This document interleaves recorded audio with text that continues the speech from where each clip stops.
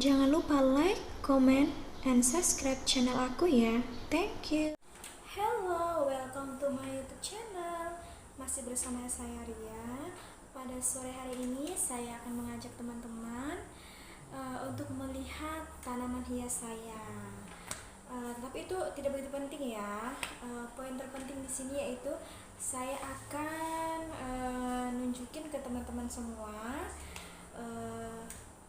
penyakit-penyakit pada tanaman hias. Ini masih di ruang lingkup pertanian ya.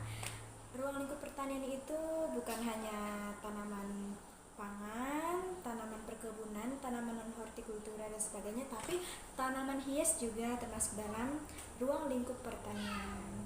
Oke, sebelum simak video saya tetap stay di sini ya. Ke saya. Oke, itu deh tanamannya.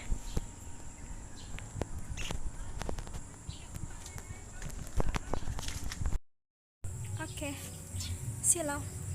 Gak apa-apa ya teman-teman ya. Saya menunjukin tanaman yang sakit. Jadi bukan cuma kita manusia aja yang sakit ya, tanaman juga bisa sakit. Ini adalah tanaman hias saya.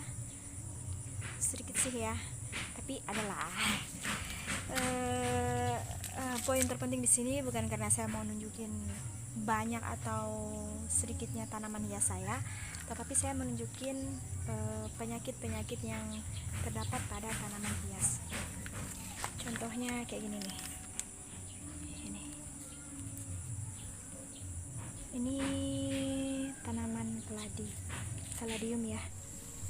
Pada sore hari ini saya akan membahas jenis-jenis gejala penyakit yang terdapat pada tanaman. Gejala penyakit terdapat 3, yaitu gejala nekrotik. Ini termasuk dalam gejala nekrotik ya.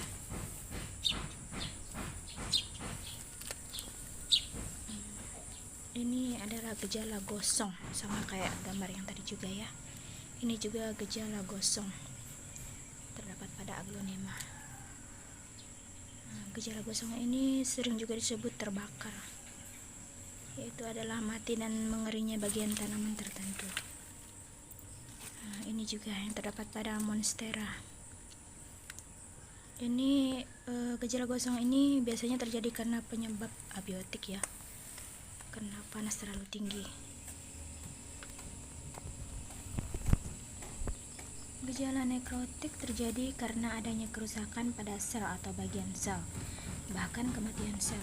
Ini termasuk dalam gejala nekrotik ya.